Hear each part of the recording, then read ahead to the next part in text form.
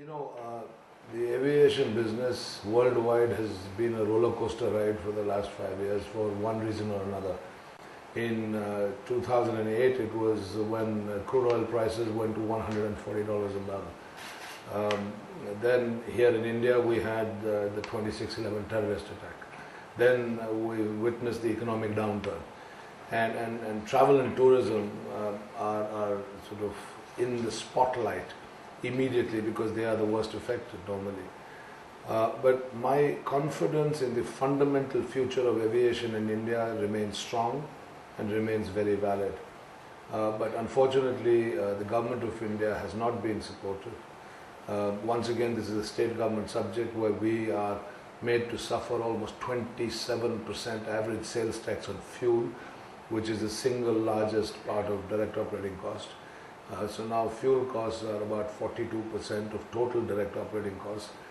And, we've sort of budgeted in the past when we started the airline, fuel at about, crude oil at about $40 a barrel and aviation turbine fuel prices based on those kind of crude price levels.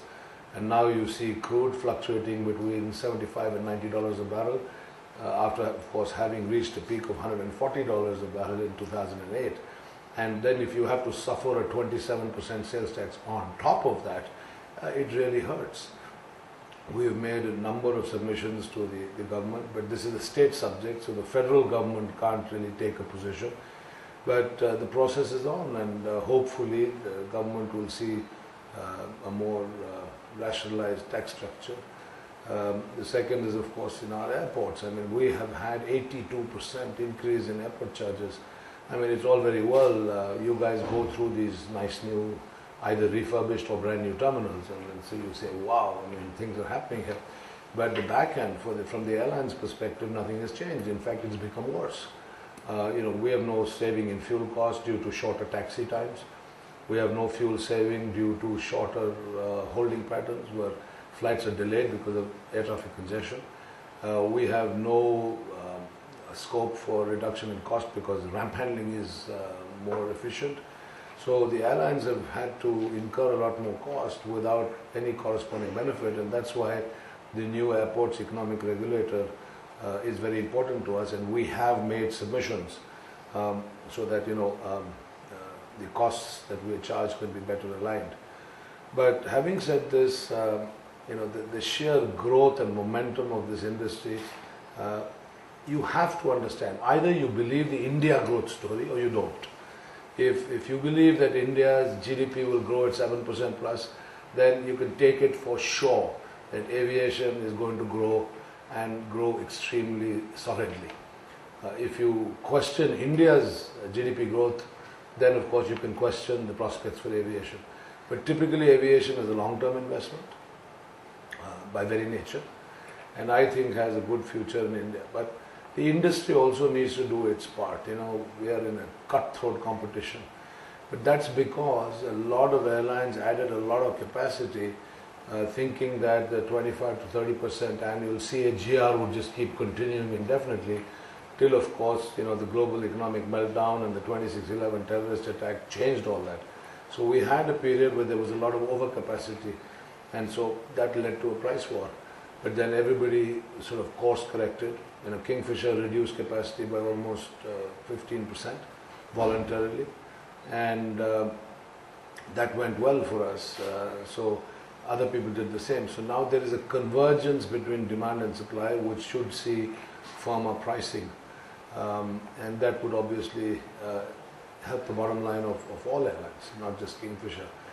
But it's good to be in a market leader position. We have the widest network in India, and so there's a huge amount of resident value there. We cannot replicate it. I mean, if you came along and gave somebody $2 billion and said, recreate Kingfisher Airlines, it's not going to be possible because the infrastructure is not available at the various airports. The landing and parking slots, the takeoff slots, the arrival slots, we have it all, and that's a huge, value sitting there. And that's why I say to government that they should permit airlines, foreign airlines, to invest in Indian airlines.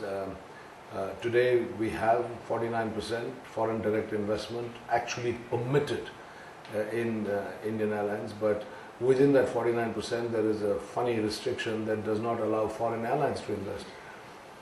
And you know, I've been telling government and so is the industry that, look, please lift this. Let foreign airlines invest, because a strategic investor will bring far better value because they understand the real value of you know, Kingfisher's network and presence in India. But more than this, I think Kingfisher Airlines as an airline and a brand has now sort of established itself firmly. So, you know, I mean, at the end of the day, there is inherent consumer loyalty, there is trust, there's confidence, and it's a big asset. We've consistently been voted the best airline in India, almost ever since we started, never missed even once, both in the low fare segment as well as in the full service. And what is nice is that most people don't know that while Kingfisher may be perceived as, you know, full service carrier with high cost, we actually are perhaps the lowest cost operator in India, because the model was based on an LCC, whereas the front facing surface was a full surface. Like I told you, I need to make $5 look like $500. So somebody flying and enjoying the Kingfisher experience is welcome to enjoy it, but I don't necessarily spend what they think I'm spending.